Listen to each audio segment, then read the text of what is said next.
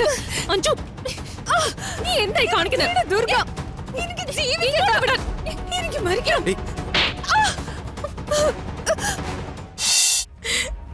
ഇല്ല നാത്തൂനെ, കോള് കിട്ടുന്നില്ല. എനിക്ക് പേടിയാവുന്നു. ഇനിയിപ്പോ എന്ത് ചെയ്യും? അല്ല, നമുക്ക് കുട്ടനെ വിളിച്ചൊന്ന് വിവരം പറഞ്ഞാലോ? അവനാകുമ്പോ പുറത്താരും അറിയാതെ അന്വേഷിക്കും. അത് ശരിയാ. തൽക്കാലം കുട്ടനോട് പറയുന്നതാണ് നല്ലത്. ഞാൻ എന്റെ ഒരു സംശയം പറഞ്ഞ നിങ്ങൾ ആരും വിഷമിക്കരുത്. എന്താ നാത്തൂനെ?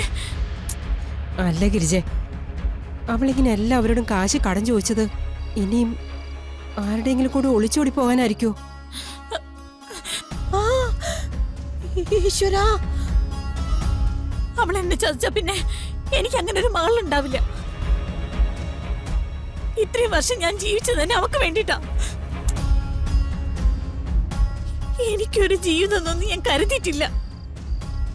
നാത്തനുൾപ്പെടെ നിങ്ങൾ എല്ലാവരും നിർബന്ധിച്ചിട്ട് പോലും വേറൊരു വിവാഹം വേണ്ട, എന്റെ മോക്ക് വേണ്ടി ജീവിച്ചാൽ മതി എന്നല്ല ഞാൻ പറഞ്ഞത്. നീ ഇങ്ങനെ കരയാതെ ഗിരിജെ, ആദ്യം എന്താ പറ്റിയെന്ന് അറിയട്ടെ. കാര്യങ്ങളെല്ലാം കൂടി കൂട്ടി വായിക്കുമ്പോ ഞാൻ പറഞ്ഞതിന് തന്നെ സാധ്യത.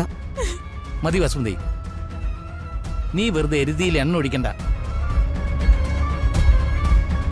അങ്ങനെ പോയാ അവൾ ഒരു കാലത്തും ഗുണം പിടിക്കില്ല. എന്റെ ഈ കണ്ണീരിന് അവള് കണക്ക് പറയേണ്ടി വരും. നോക്കിക്കോ. വായിൽ വരുന്നത് ഓരോന്ന് വിളിച്ച് പറയാതെ.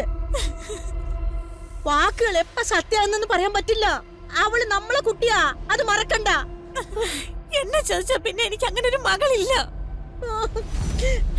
അമ്മ ദുർഗയെ സ്വീകരിച്ച പോലെ ഞാൻ സ്വീകരിക്കില്ല. എല്ലാത്തിനും കാരണം ആ ദുർഗയാ. അവളല്ലേ ഈ തോന്നിവാസം ആദ്യം ഈ വീട്ടിൽ കാണിച്ചേ. അവളെ കണ്ട അഞ്ചുമൊക്കെ പഠിച്ചത്. ഈ സമയത്ത് നീ വെറുതെ ദുർഗയെ കുറ്റം പറയാതെ അവളെ കണ്ടെത്താനുള്ള ഒരു വഴി കണ്ടുപിടിക്കേ. അതെ, അമ്മ കുട്ടനെ വിളിച്ച് കാര്യം പറ. ശരി, ഞാൻ വിളിക്കാം.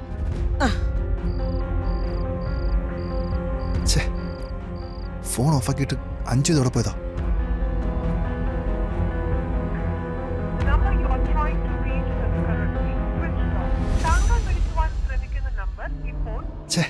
ഇവളെന്താ ഓൺ ചെയ്യാത്ത?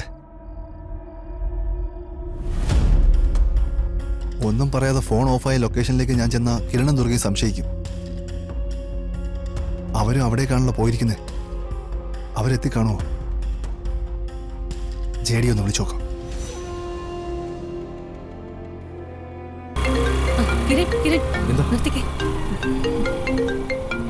അഖില് വിളിക്കുന്നുണ്ട്. അഞ്ജുന്റെ ഫോൺ ചിലപ്പോ ഓണായി കാണും.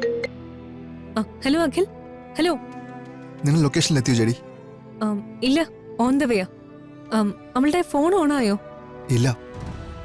നിങ്ങളവിടെ എത്തിയോന്ന് അറിയാൻ വേണ്ടി വിളിച്ചതാ. ഇല്ല, എത്തിയിട്ടില്ല.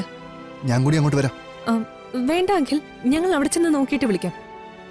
അഖിൽ, ആ ഫോൺ ഓണാവുന്നുണ്ടോന്ന് നോക്കിക്കോണം. യെസ് ജേഡി, ഞാൻ നോക്കുന്നുണ്ട്. ഈ കുട്ടി ജേഡിയുടെ ആരാന്ന് പറഞ്ഞേ? എന്റെ അപ്പച്ചിയുടെ മകളാ.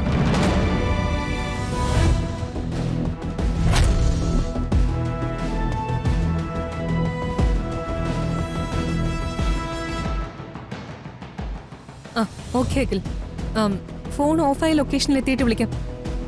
ശരി. ഓക്കെ, വണ്ടി എടുക്കപ്പോ.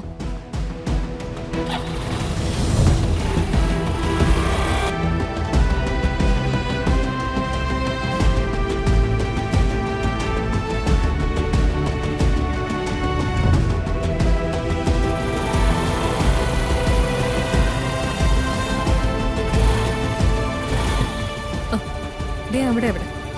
അവിടെയാ കാണിക്കുന്നു. സൂക്ഷിച്ച്.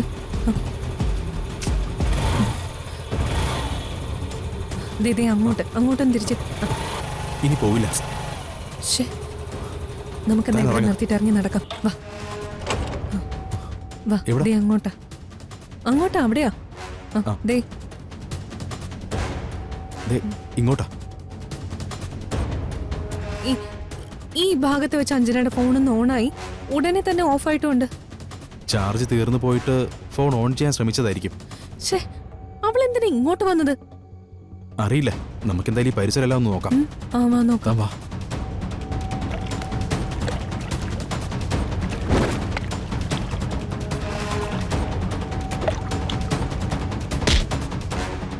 ഇങ്ങോട്ട് അഞ്ജു, നീ എന്തായി കാണിക്കുന്നത്? ദുർഗ, എനിക്ക് ജീവിക്കണ്ട ഇവിടെ. എനിക്ക് മരിക്കണം. നിനക്കെന്താ ഭ്രാന്ത് പിടിച്ചോ?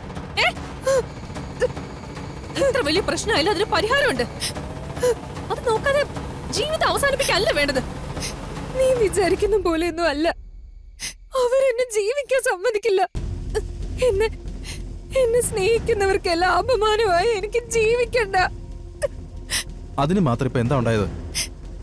ഇനി അഥവാ എന്ത് വലിയ പ്രശ്നമാണെങ്കിലും അത് പരിഹരിക്കാൻ ഞങ്ങളെല്ലാം നിനക്കൊപ്പം തന്നെയുണ്ട്. അത് എന്താ സംഭവിച്ചെന്ന് നീ ഒന്ന് പറ. പ്രശ്നം എന്താണെന്ന് അറിഞ്ഞാലല്ലേ അതിന് പരിഹാരം ഉണ്ടാക്കാൻ പറ്റൂ. ഞാൻ പറയാം. കുറച്ച് നാളുകൾക്ക് മുമ്പ് എനിക്ക് സുമിത് എന്നൊരാളുമായിട്ട് അഫയർ ഉണ്ടായിരുന്നു. ഒരു അത്യാവശ്യത്തിന് പണം വേണമെന്നും പറഞ്ഞ് അവൻ എന്റെ ഫോണിൽ ഒരു ലോൺ ആപ്പ് ഇൻസ്റ്റാൾ ചെയ്തു. അതിൽ നിന്ന് 50,000 രൂപ കടമെടുത്തു. തിരിച്ചടയ്ക്കാന്ന് പറഞ്ഞിട്ട് അവരടച്ചില്ല. കുറച്ച് നാളുകൾക്ക് ശേഷം ഞങ്ങൾ ബ്രേക്കപ്പ് ആയി. ഞാൻ ആ പണം വാങ്ങാൻ വേണ്ടി അവന്റെ അരികെ ചെന്നു. എന്റെ അഞ്ജനെ, നീ പറയുന്നത് എനിക്ക് മനസ്സിലാവുന്നിട്ടല്ല. എന്റെ അവസ്ഥ നീ ഒന്ന് മനസ്സിലാക്ക്. സുമിത്തെ, നീ ആ ലോണിന്റെ പൈസ എങ്ങനെയെങ്കിലും ഒന്ന് തിരിച്ചടക്കേ. എനിക്ക് അവരെ കൊണ്ടുള്ള ശല്യം സഹിക്കാൻ പറ്റുന്നില്ല. എല്ലാ ആഴ്ചയിലും അവരുടെ പലിശ പോലും എനിക്ക് അടയ്ക്കാൻ പറ്റുന്നില്ല. തിരിച്ചടയ്ക്കണമെന്ന് എനിക്ക് ആഗ്രഹമില്ലാഞ്ഞിട്ടല്ല. പക്ഷെ സത്യം പറയാലോ, കയ്യിൽ 10 പൈസ എടുക്കാനില്ല. നിനക്കറിയോ, ഈ കാറിന്റെ EMI അടച്ചിട്ട് 6 മാസത്തിൽ കൂടുതലായി. എന്തെങ്കിലും വഴി ഉണ്ടായിരുന്നെങ്കിൽ ഞാൻ നിന്നെ കൊണ്ട് ലോൺ ആപ്പിൽ നിന്ന് പൈസ എടുപ്പിക്കോ? നിന്റെ ഫോണിൽ നിന്ന് ലോൺ ആപ്പ് എടുത്തിട്ട് എനിക്ക് പൈസ തന്നൂടെ? എടുക്കാവുന്ന എല്ലാ ലോൺ ആപ്പും ഞാൻ ഡൗൺലോഡ് ചെയ്തു. ഇനി ലോൺ ആപ്പ് സെർച്ച് ചെയ്താ പ്ലേ സ്റ്റോർ എന്നെ ചീത്ത പറയും. അതുകൊണ്ട് പൈസ തരാൻ ഒരു വഴിയില്ല മോളെ. അല്ലെങ്കിൽ തന്നെ നീ ടെൻഷൻ അടിക്കുന്ന എന്തിനാ? നീ ശരിക്കൊന്ന് ആലോചിച്ച് നോക്കിയേ. നമ്മൾ അടുപ്പത്തിലായിരുന്ന സമയത്ത് നീ എനിക്ക് അയച്ചെന്ന മെസ്സേജുകളും ഫോട്ടോകളും നമ്മുടെ ചാറ്റുകളും എല്ലാം എന്റെ കയ്യിലില്ലേ? അതെല്ലാം വെച്ചിട്ട് എനിക്ക് വേണമെങ്കിൽ നിന്നെ ബ്ലാക്ക് മെയിൽ ചെയ്ത് ഇതിന്റെ എത്ര ഇരട്ടി പൈസ വാങ്ങിക്കായിരുന്നു. ഞാനൊന്നും ചെയ്യുന്നില്ലല്ലോ. അതുകൊണ്ട് ഈ പൈസ നീ തന്നെ അടച്ചു തീർത്ത് നമ്മൾ തമ്മിലുള്ള ഇടപാട് നീ തന്നെ ക്ലോസ് ചെയ്തില്ല.